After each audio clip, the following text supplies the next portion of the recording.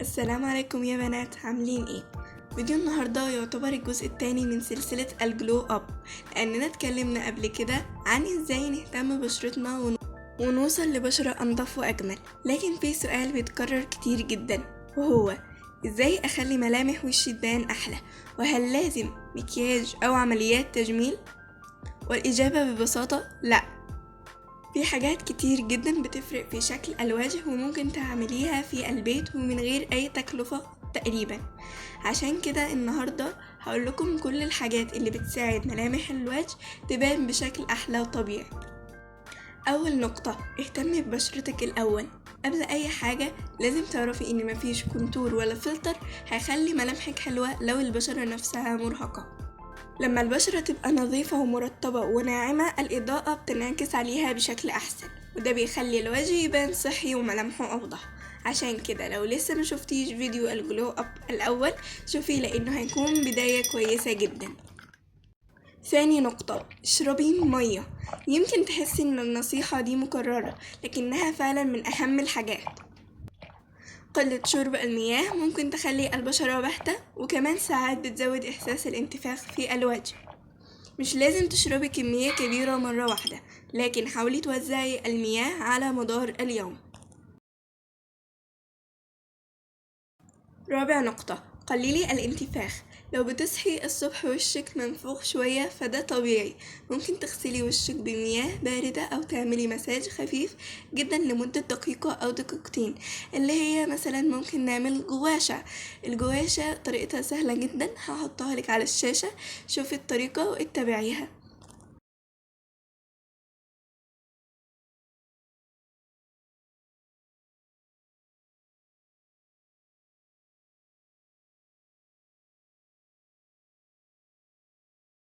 وفي نقطة مهمة جدا، قبل ما تستخدمي الجواشة على بشرتك حطي سيروم أو كريم يكون حلو وزلق عشان الجواشة تعرف تشد الوجه.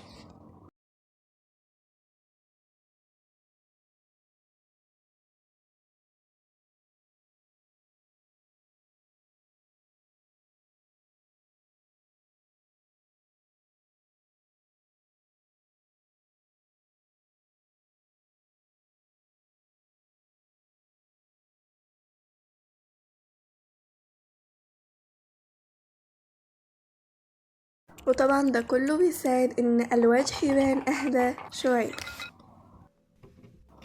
خامس نقطة، الحواجب.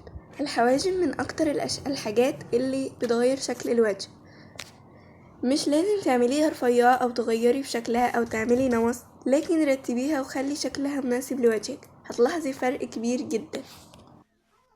ودي مفروض تكون ثالث نقطة، وهي النوم. بصراحة مفيش كريم هيعوض قلة النوم. لما تنامي كويس الهالات بتقل والوجه بيبان مرتاح، وده يخلي ملامحك تبان أجمل. أما السهر المستمر فبيخلي الوجه مرهق حتى لو استخدمتي منتجات غالية جدا. سادس نقطة، وهي تسريحة الشعر. كتير مننا بيركز على البشرة وينسى ان الشعر كمان بيغير شكل الملامح. في ناس بيليق عليهم الفرق من النص، وفي ناس الفرق من الجانبين. وجربي كمان تربطي شعرك او تسيبيه وشوفي ايه اللي ملامحك بتبان عليه احلى. وطبعا المحجبات يغيروا من طريقة لفة الطرحة بتاعتهم، الحجاب يعني، وان شاء الله تظبط عليهم شكل الملامح اكتر وتبرزها ايضا.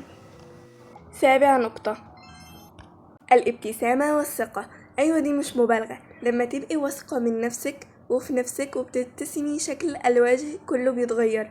الثقة مش معناها انك شايفة نفسك كاملة او يعني حاجة كويسة، لكن انك بتحبي نفسك وبتحاولي تطوريها. ثامن نقطة، لو بتحبي المكياج استخدمي كونتور خفيف جدا ومن غير مبالغة. الفكرة اننا نبرز الملامح الطبيعية، مش نغير شكل الوجه بالكامل. واهم حاجة وهي اهم نقطة، متقعديش تقارني نفسك باي حد على السوشيال ميديا. كتير من الصور عليها فلاتر او اضاءة او تعديل، فبدل ما تركزي ان وشك يبقى شبه حد، ركزي انه يبقى افضل نسخة من نفسك، وده هو معنى الجلو اب الحقيقي. وبكده وصلنا لنهاية فيديو النهاردة. أتمنى تكونوا استفدتوا وعرفتوا إن جمال الملامح مش بيبدأ من المكياج، لكنه بيبدأ من الاهتمام بنفسك وبشرتك وعاداتك اليومية. قوليلي في التعليقات ايه اكتر نصيحة عجبتك وايه الموضوع اللي حابة اتكلم عنه في الفيديو الجاي. انا بقرأ كل تعليقاتكم وبستفيد من اقتراحاتكم الجميلة. ولو الفيديو عجبك متنسيش تدعميه بلايك وتشتركي في القناة لو دي اول مرة تشوفيني، وتفعلي زر الجرس عشان يوصلك كل فيديو جديد. واشوفكم على خير في الفيديو القادم، وخلي دايما هدفك انك تبقي افضل نسخة من نفسك. مع السلامة.